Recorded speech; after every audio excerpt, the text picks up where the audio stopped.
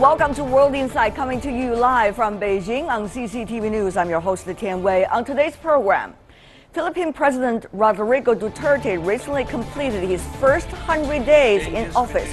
He also shocked observers by announcing the end of joint military drills with the United States. Will Duterte to visit China shortly? What could a cooling Philippine-U.S. ties mean for China? And Chinese local governments kept busy during the National Day holiday by introducing measures to help control overheating property market. Some of China's top-tier cities got involved. Can the policy help avert a burst in the bubble predicted by many? And we start today's show with what could be the last joint military exercises for some time between the United States and the Philippines.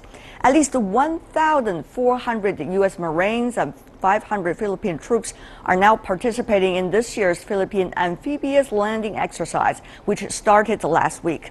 Philippine President Duterte has said he wants this joint drill to be the last in his 6-year presidency. The 71-year-old president began to push back the Philippines' 65-year-old treaty alliance with the United States, the former colonial master, after just 100 days in the office. At the same time, Manila is reaching out to China and Russia. So how will these relationships develop? Before our discussion, take a look at this. Developing a military alliance. Philippine troops and U.S. forces are taking part in a joint 8-day military drill. It is separate from the annual joint military exercise that takes place every April. It is the first drill held under the administration of President Rodrigo Duterte, but it also might be the last. This will be the last military exercise. Jointly, Philippines, U.S., the last one. President Duterte made these comments before the joint drill started. A few days later, he called for a review of the 2-year-old Enhanced Defense Cooperation Agreement, which allows more U.S. troops to be stationed in the Philippines. I will be reconfiguring my foreign policy. Eventually, I might, in my time, I will break up with America. I would rather go to Russia and to China. President Duterte's cabinet has often corrected his bold speeches in the past, but they are standing firm with him on this issue. The Philippine Foreign Secretary posted online to stress the need for the Philippines to end its subservience to the United States' interests, and the Ministry of Defense showed its concern over American aid. Maybe we should reassess.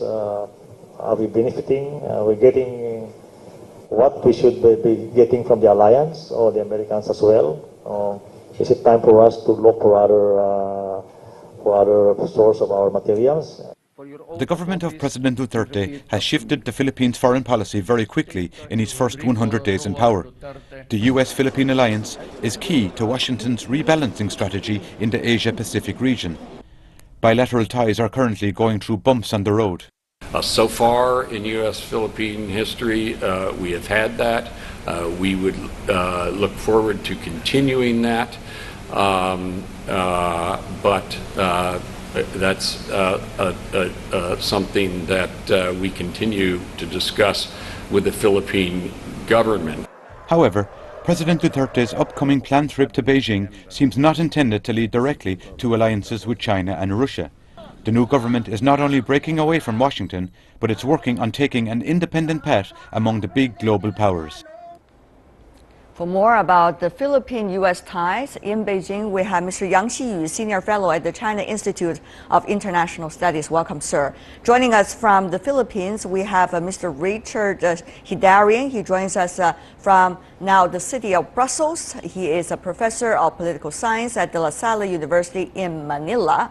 And in Boston, U.S., we are having Mr. Jim Walsh, Security Studies Program with Massachusetts Institute of Technology. Welcome to all of you, three of you gentlemen. First of all, Professor Hidarian, may I ask you, is it possible that the Philippines, like the president has claimed, to be able to break out of the orbit of the U.S.? Well, the problem with President Duterte is that sometimes it's not clear whether his statements are just pure bluster and braggadocio, or are they really final policy statement? He says a lot of eye-catching things, but they're yet to be confirmed. Well, without a question, Duterte personally wants a much more independent foreign policy. He has a lot of reservations towards the United States. He's in fact a self-described socialist. I think a lot of this rhetoric also has to be taken against the context of growing criticism from the United States of Mr. Duterte's war on drugs. So Mr. Duterte is also very irritated with the Western criticism of his war on drugs. So perhaps this is his way of getting back at them. But I think more importantly, with Duterte set to visit China very soon in the coming weeks, he's trying to signal to China that he's a different kind of Filipino president. He's not a lackey or proxy of US. He's an independent president. And in fact, he's willing to tinker with relations with the US as a form of concessions. I won't be surprised if he really suspends joint patrols and joint exercises with the US in the South China Sea as a form of confidence-building measure with China, provided China also gives the Philippines significant concessions in the South China Sea. I think this is part of a bargain that he's looking at. Okay, Mr. Walsh, time for you to talk also. What is it exactly, do you think, behind the statement made by the Filipino president, Mr. Duterte? Is it of buttering up of words right before a visit to Beijing? Is it a personal dispute with the United States as a result of his war against drugs inside the Philippines? Or is it a strategic shift that he originally thought when he comes into the office? What nature is it? Yeah, well, yeah, I like my colleague, I think it's probably a combination of the first two. He definitely is a prickly personality.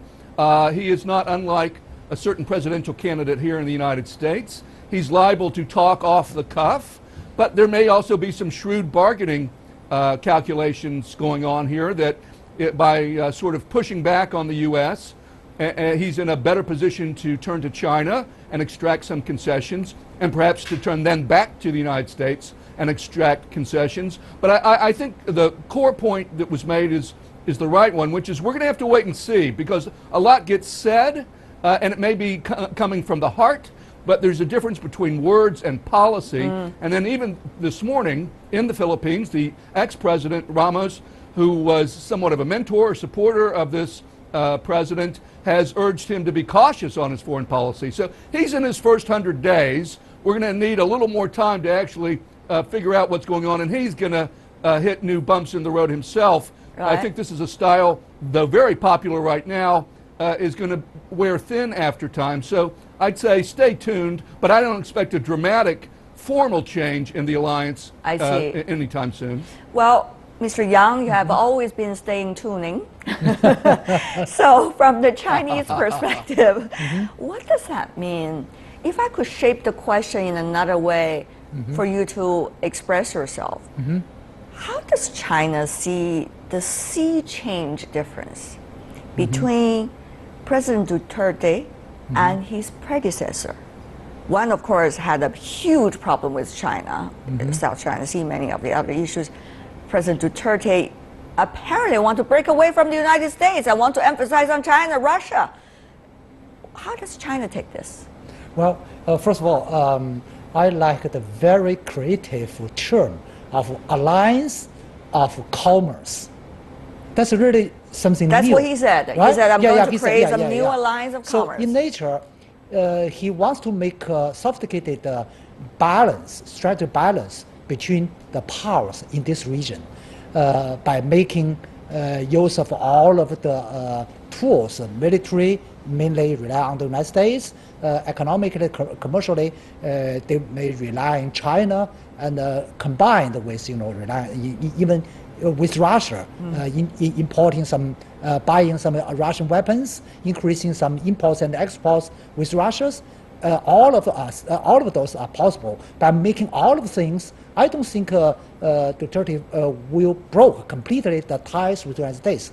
To the contrary, he will make greater efforts to maintain the stability of the ties with the U.S. Meanwhile, to amend, even strengthen and improve the ties with China and Russia, so that the Philippines can get a better position among the powers. that what probably is his plan. We don't know exactly what his plan is. Sometimes politicians' words are different from exactly what they're thinking or their actions in any country.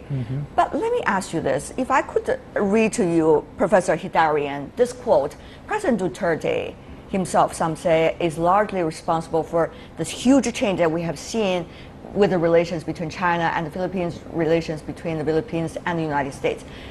He earlier said this, let's play this, I will establish new alliances for trade and commerce, and you are scheduled to hold war games again, which China does not want. This is something he said about the war games. But the question is, Professor Heydarian, is he able single-handedly change the earlier direction of the Filipino policies? Let me just mention a few things before you answer the question. You got American development aid, you got American military aid, you've also got quite a huge commercial ties with the United States. You have got a lot of personal interactions between the Filipino politicians and the American side. So the question is, even if President Duterte had this view or has this view, is it possible? Professor Heydarian. Right. I mean, a lot of strategists in the Philippines think that the previous president, Benigno Aquino, was too confrontational towards China.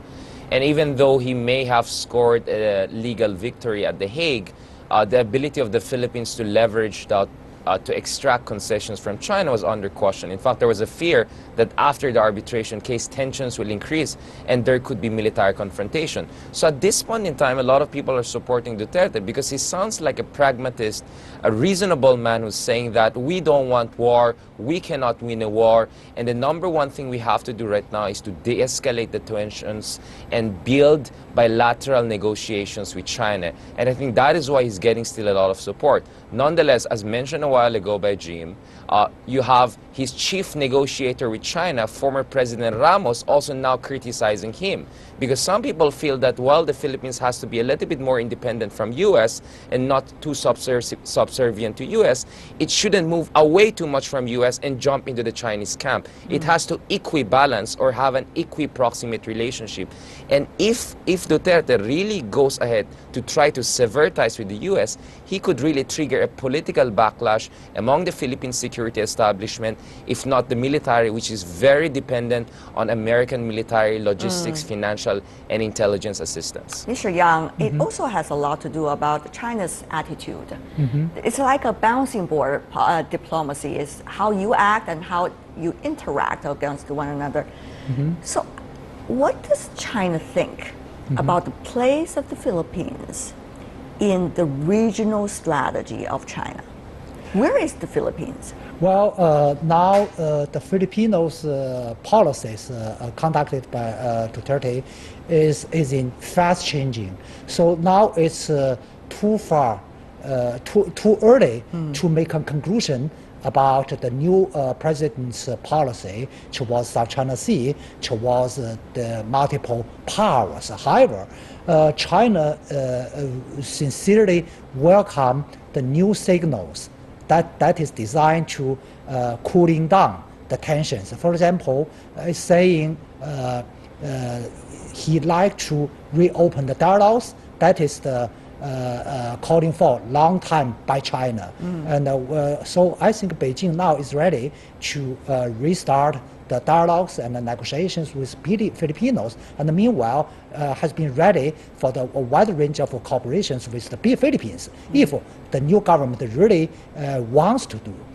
So basically, no matter what true intention of the new governments, if the new governments conducted in sincere cooperation, no matter it's on South China Sea or other areas, China will certainly give a positive reaction. Mr. Walsh, we haven't heard once, but we heard several times coming from President Duterte that the U.S. has failed us. That's his words. Without explaining exactly how the U.S. has failed or what exactly he was referring to. Having said that, though, what would the recent words in the future possible actions coming from Duterte President Duterte, mean for the U.S. overall planning, whether in the South China Sea and also largely Asia-Pacific region? Yeah, well, if this policy, if his policy actually resulted in a change of alliances or something major like that, it would have a big impact on the U.S. No doubt about it. But we're a long way from that. You know, we've already had a couple of reversals. You'll remember there was that little incident where he called out President Obama, told him he was going to tell him to go to hell just before they were supposed to meet at the UN. Then that meeting was canceled by the U.S. Then we had sort of a fudging over, and then they ended up meeting anyway, but you know, in an impromptu, brief way. You know, that may be a metaphor for what we see here, which is sharp words in public, followed by, you know, the spokesperson sort of massaging it, watering it down a little, and then eventually some sort of awkward reconciliation. It's hard to know. I think a lot, and I would defer to my Filipino colleague on this. I think a lot will depend also, that foreign policy will be influenced on how successful he is in his domestic agenda. And I think there's much criticism deserved over this war on drugs and all the vigilante killings, but it also has to be said that he has had an impressive 100 days on his domestic policy, making lots of changes, and that his poll numbers are very high, and that the Filipino people support the war on drugs, and probably feel, you know, let's face it, this was part of an imperial U.S. past, the U.S. taking the Philippines. So it wouldn't be surprising if there was some lingering resentment there, and that a nationalist and a populist could take advantage of it. But I'm guessing, and again, I'll defer to my colleague, but I'm guessing if he continues to be successful on his domestic agenda, and this doesn't wear out over time, that will give him more freedom of action on his foreign policy. Before we go, gentlemen, I do want to know a very important question, your answers to it. That is, will the Philippines or the US or China be able to play one power or one country against the other on this interesting trilateral relations, if we could use this word, among these three countries? Of course, I would love to begin with the Philippines. Can Philippines do that? U.S. against China, China against U.S.? Well, I think a lot of other mid-sized countries like South Korea provide a very good template for how the Philippines could move forward. The United States and South Korea have a solid military relationship. South Korea and China have disputes in the Yellow Sea, and yet if you look at the economic relationship between South Korea and China, they're very robust. And despite some diplomatic irritations between Seoul and Beijing, it seems they can get along very well overall. So I think the Philippines can learn from the experience of countries like South Korea by trying to have an equi-proximate relationship, not to play this one superpower against the other. This is not the Cold War period. Duterte is not a Gamal Abdel Nasser. This is the 21st century. You cannot play superpowers against each other, but you can have a reasonably positive and constructive relationship with all of them. All right. Mr. Walsh, what do you think? The U.S. against China with the help of the Philippines or without? Well, I agree with my colleague. I do think there's a bargaining space here. The Philippines is important to the U.S. The Philippines is important to China. That should give the new president some room to maneuver. Countries have done this before. It's a classic move of balancing one party against another. But I also agree there isn't going to be a dramatic shift in the chessboard here, and that it is possible. I mean, obviously, both China and the U.S. are important in the region, militarily, economically, and it will depend in part also on how China behaves. If China takes a more aggressive stance, that will cause problems, domestic problems for the Philippine president, and that may affect it. So there is certainly the potential here for not a revolution in relations, but a recalibration in which the Philippines repositions itself a little more closely to China. But again, that'll depend on how all the other players play this game, and so it remains an open and unsettled question. I see. Well, Mr. Yang, you probably can help us a little bit more with the plots. Yep, I'm glad to say I really agree with my two colleagues' view. Say no possibility and no intention among the three. Say make one power to against it, to be against the other. What I want to add is, President Duterte's predecessor really played such a game by borrowing American power to against China. But such a game definitely damaged Filipinos' national interest. That is the basic reason why Duterte began to adjust their foreign policy. Before we go, very briefly from every one of you, what to expect Filipino President Duterte's first visit to China, official visit as the president during the 100 days in the office. Mr. Walsh, briefly. I think it's going to go well for him. I think he's going to get literally the red carpet treatment here, and he's going to, bask in it, and it's going to pay political dividends for him. So I expect it to go very well. Professor Hidarian?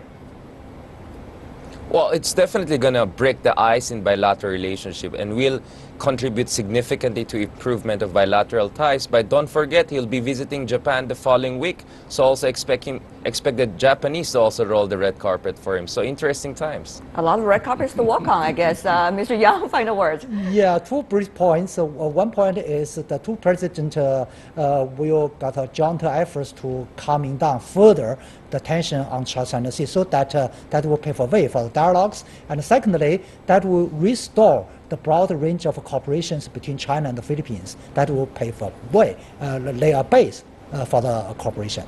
Well, I guess red carpet and negotiation discussion is always better than conflicts, because it is people's interests that we are really talking about here. China, Philippines, United States alike. Thank you so much, gentlemen, for being with us. Yang Xiyu, Richard Hidarian, Jim Walsh. Really appreciate, gentlemen, for being with us. Thank you. Stay with us here on World Insight, still to come. Many people in China's biggest cities are unable to afford to buy a home for themselves. New measures to curb further hikes in prices have been released this past week. Will these policies finally put a dampener on China's red-hot property market?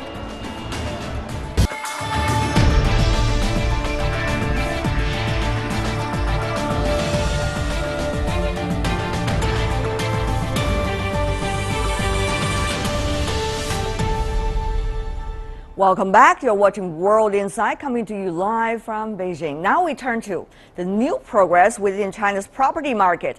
A number of cities have put out tougher regulations in the past week on mortgage and housing purchases.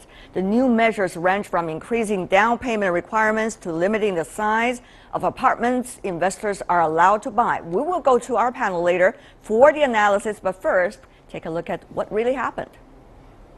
A new round of measures to cool the housing market. 20 cities have issued new regulations in the past 9 days. The list includes first-tier cities such as Beijing and Shanghai. In Beijing, the minimum down payment for people buying a single home to live in is now 35%.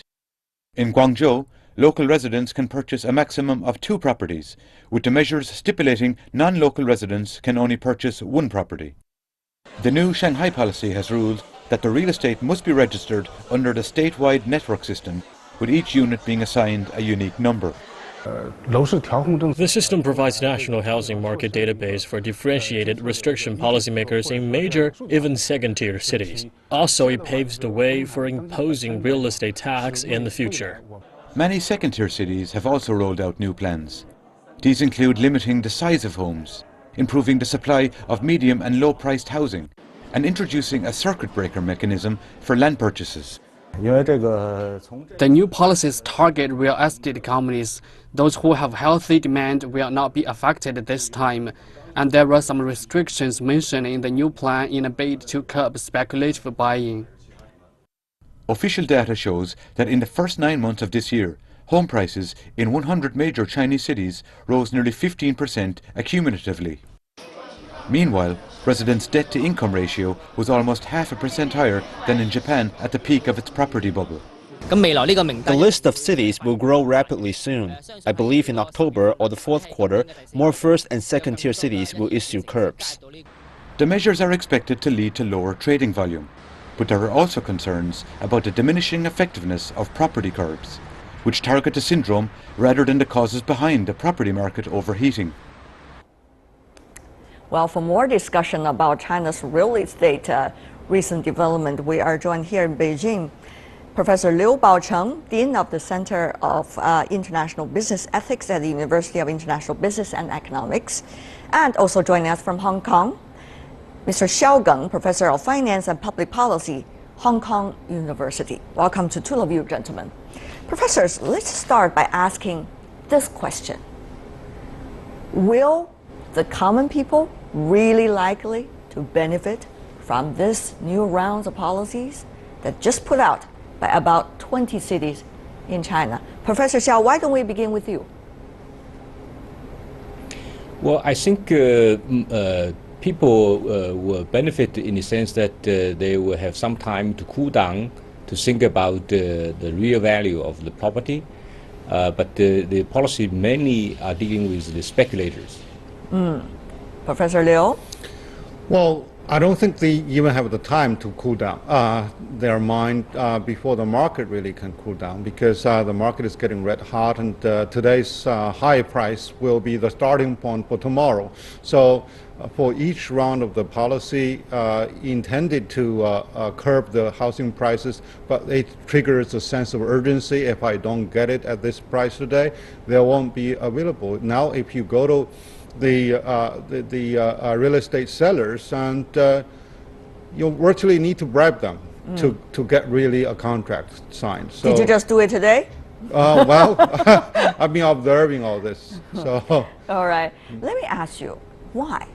We've been talking about the reasons, some were suggesting there's really hard demand when it comes to housing, particularly in middle and the metropolitan cities for the people. And there's also other talking about lack of investment opportunities into other options, for example, stock market and some of the others, and therefore people put all their money into the real estate. But some suggest, Professor Liu, that the real estate prices, particularly in metropolitan cities, in areas that people want to have a property in, has already reached such a level that common folks with whole lives of savings will not even to be afforded. So is that really common folks that we are talking about? As Professor Xiao just mentioned, it is more speculators. Well, it really, there's no consensus over what is defined as speculators. If I buy a house and then I just rent it out, so is that really a speculation? So it's more of investment. So and then for the fundamentals, there is really a demand is there, which is really not comparable with what is going on in Japan or in Detroit. Because every year we have more than 20 million people that getting urbanized, and in the meantime the sort of income is really getting higher, and particularly the wealth concentration is getting faster than before. So now the real estate developers, they are just skimming the type of people which really have the money. All right, you're saying, Professor Liu, if I could reinterpret what you just said in a very blunt words, that is, no matter what kinds of policies you put out right now, most of them are not likely to serve the purpose as they claimed. So let me go to you, Professor Xiao. Do you really agree? Well, I think the short-term measures are reducing demand, and especially demand from people who actually are buying 2 or 3 apartments. So in that sense, the measures actually will help the local people who have never buy any property. So their demand is not restricted. So they now have opportunity, at least better than before. But I think in the long run, because the demand are rising, more people are moving into first-tier cities. So the local government needs to provide more supply. But I think property development takes time. So the short-term measures, I think, will actually help to cool down a little bit. And especially to reduce transactions, reduce demand from outside cities. Professor Liu, respond? Well, even if you really raise the mortgage rate whatsoever, from 40% to 50%, people really can now they can really have a higher level of leverage, and money is available. So liquidity is very high. So that doesn't really help substantially to improve the market picture. So that's my basic observation. Actually, the last 4 rounds of policies, the intending to bring down the housing price, really serve the opposite direction. Professor Xiao, do you agree with that? Well, I think it depends on how the government will do next. Explain. I think in the past, one problem is that the local government has not really increased the supply or relaxed the height of the buildings. China does not lack of land if they build like Hong Kong, 30 floors, 50 floors. So I think the government should take some lessons from this episode of rising prices. But I think the temporary measures definitely will reduce the short-term demand, both from the quota and also from the increase in the down payment, and those are all real constraints directly reducing demand and will temporarily reduce the transaction volume and also will calm down price in the short run. I see. But I agree, in the long run, it's a different story. If supply are not increasing enough, then the price will continue to rise next round. Yeah. People might not really like it, but it is a phenomenon about the Chinese economy that the price of the real estate market, in a way indicating, or the sales of the real estate, when it comes to the amount, indicating where Chinese economy is and how much GDP % of growth this economy is likely to enjoy. It seems there's to be some kinds of link. Professor Liu, what do you make of this round of policy and the current apparent efforts by the government to dampen at least a bit the price, the ever-rising price? Well, if the demand is there, you can only delay with this type of measures, but you cannot eliminate this type of demand. So that's number one. Number two is that, okay, now I have money and I can leverage. So I cannot invest in stock because I already burned a big hole in my pocket. And not many people really have the knowledge and skill to invest real estate overseas. And now, doing the real economy, setting up real plant in industrial parks, it is really not there to make a lot of money. And plus, you have all the trouble dealing with labor relations, paying all the wages, whatsoever. So real estate is a sure way.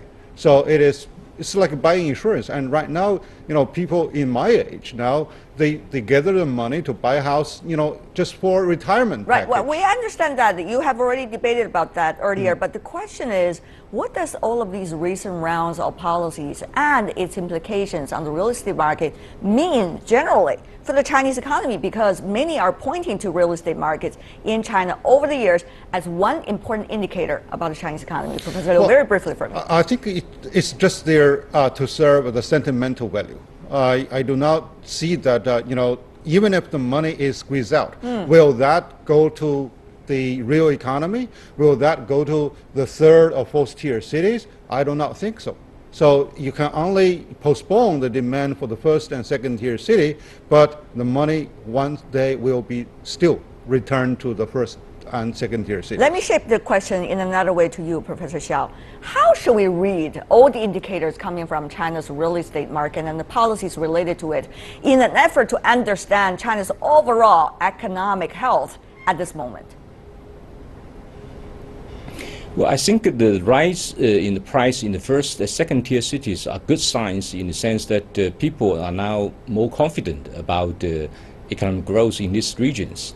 But at the same time, the property price in the third tier and fourth tier in the remote areas, they are not increasing much, and some are still falling. So I think the market price actually are quite rational, and the economy is actually moving towards a more balanced situation in the sense that when people move to first-tier cities, the price goes up, and that gives a signal. And actually rational signal to both the government and also to the market. I actually think that this is the way the market works. In a way, this is indication that the economy on the whole are actually getting better.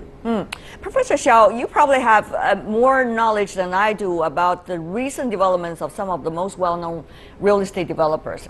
Take Wanda, for example, one of the most established Chinese businesses even in the world. It abandoned partly its real estate trades to concentrate on cultural development and some of the other areas.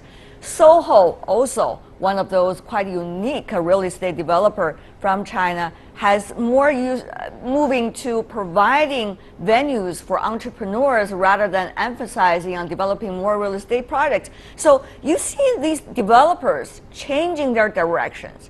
The question is, what are we going to see in the next few years? Are we still going to see a repeat of real estate markets economy in China?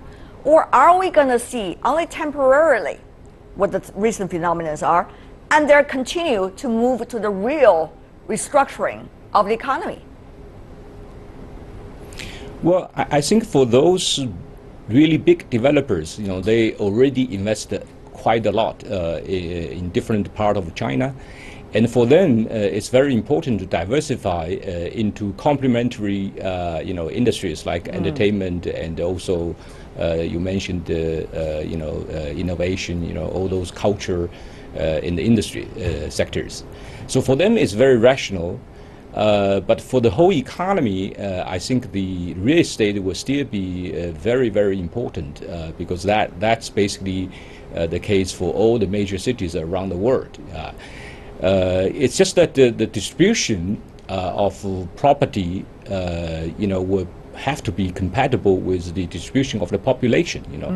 The Chinese people are moving around, quite a lot recently, and that is creating challenges to both developers and the local government. And also investors as well, because that it's very difficult to predict where people, will work and live, where companies are moving to. So that, I think, is a market signal, which we need to, pay attention, and also we need a way to collect data to monitor that process, so that the supply of land and also the urban planning, will have to be more compatible with the market trend.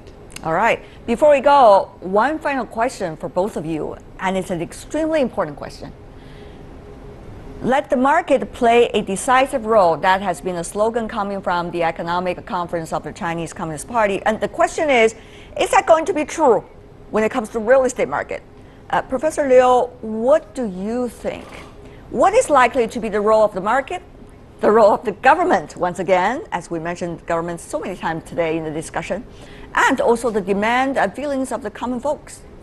Well, I think for commercial real estate, the patriarchal type of operation by the government, despite all the good intentions, it's really a mission impossible.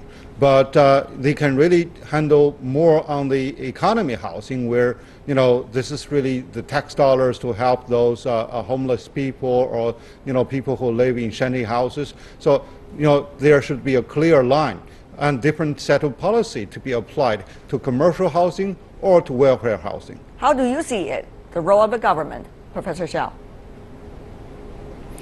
Well, I think the market is already playing a dominant role in the property market, but the government needs to play a more useful role, in two senses. And one is to protect, some of the low-income people, like what the government is doing right now. But more importantly, they need to also read the market signals by providing enough land in those places where people are all want to move to. That's really the key. The land supply in the major first-tier cities, they are not compatible with the population density there. Well, a lot to discuss when it comes to China's real estate market always, but for now, we want to thank both of you, gentlemen, for being with us and sharing your insights. Professor Xiao Geng from University of Hong Kong, and also Professor Liu Baocheng from the University of International Business and Economics. Really appreciate, gentlemen, for being with us. Thank you so much. That is all the time we have for today. If you'd like to see more of a program, visit our website. Just type in World Insight CCTV News into your search engine. You'll be able to find us. So you can also check out our YouTube channel. From me, Tian Wei, and everyone from the World Insight team, thanks for watching. And tune in again tomorrow for more insights from across China and around the world. Good night. Thank you, sir.